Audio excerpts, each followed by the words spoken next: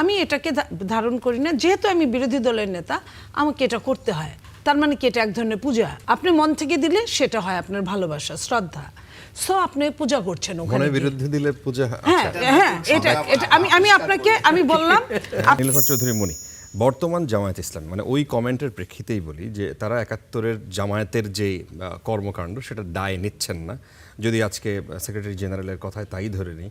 কিন্তু বিএনপি কি ৭১-এর জামায়াত আল বদর আল শামস নেতাদের নামে যে শোক প্রস্তাব পাশ করে এই পার্লামেন্টে করলো, সেটা কি ইতিহাসের কাছে তারাও একটু দায় থাকলো না?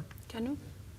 তারা যে শোক প্রস্তাবে ধরেন জামায়াত ইসলামীর যিনি নেতা ছিলেন মতিউর রহমান নিজামী, তিনি তখন নেতৃত্বস্থানীয়, তার নামে শোক প্রস্তাব হয়েছে, সেখানে বিএনপি সেই শোক প্রস্তাবে তারাও একমত পোষণ করেছে।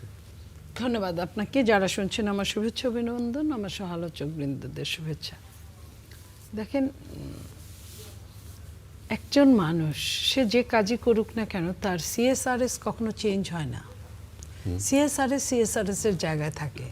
সে এই দেশের নাগরিক, অস্বীকার করার মতো না। তার শাস্তি হবে, পুরস্কৃত হবে। বাট এই দেশের নাগরিক হিসেবে ইলেকশনে স্বাধীনতার পর থেকে তারা তো নির্বাচন করেছে, তাদের কেউ না কেউ একজন প্রতিনিধি ছিল। তো সেই জায়গায় আপনার বিএনপির সাথে যুগপৎ আন্দোলন করেছে অনেক দিন, কিন্তু তার সিএসআরএস আজকে পর্যন্ত এখন পর্যন্ত চেঞ্জ হয় নাই। চেঞ্জ না হওয়ার আরও কারণ বলছি। আপনার রাজাকার, মুক্তিযোদ্ধা বা কিছু, এটা আপনার ধারার উপর ডিপেন্ড করে।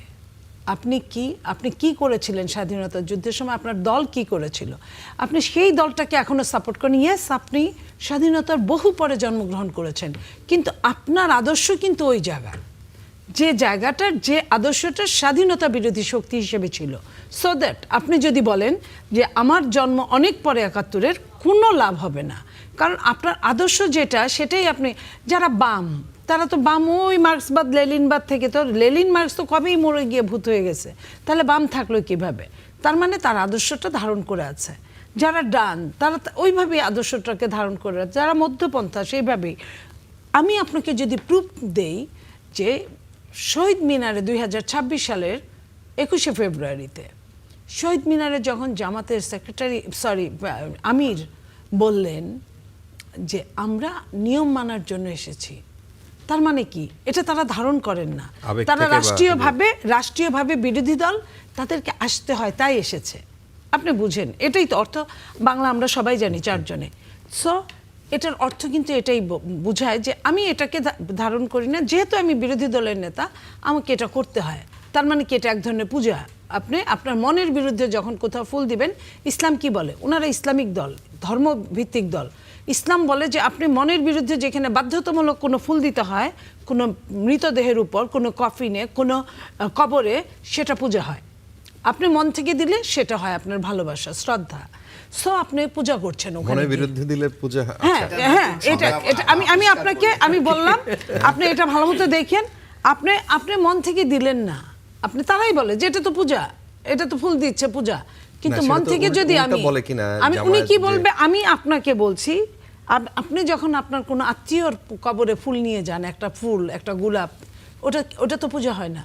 তার মানে আপনি হৃদয় থেকে অনুধাবন করে তার জন্য নিয়ে গেলেন। কিন্তু যখন সবাই বাধ্যতামূলক দেয়, আপনিও বাধ্যতামূলক দিচ্ছেন, আপনি ধারণ করেন না, সে শহীদ আপনি মানেনি না, তো গেল সেটা। এবং সেম কথাটা কিন্তু ওনারা সাভার স্মৃতিসৌধ ২৬শে মার্চে বলেছেন। কিন্তু ওনাদের যে পলিসি, আমি বলি, ওনারা দোয়া করতে চান, দোয়াও তো করেন নাই, ওনারা তো দোয়া ওইভাবে করেন নাই। আমি বলি, দোয়াটা কিন্তু প্রধানমন্ত্রী করেছেন, না ওনারা করেন না, প্রধানমন্ত্রী করেছেন। আমি ওখানে ছিলাম বেদিতে আপনার। এরপরে আমি বলি আপনাকে, ওনারা সোনার বাংলা গান, আমি তোমায় ভালোবাসি, এটা কিন্তু কোনো গান না, এটা বাংলাদেশের জাতীয় সঙ্গীত, একটা সিম্বলিক, বাংলাদেশের সার্বভৌমত্বকে ধারণ করে। হ্যাঁ, এর মধ্যে যে কথাগুলো আছে এটা প্রত্যেকটা মানুষের হৃদয়ের কথা, ঠিক আছে?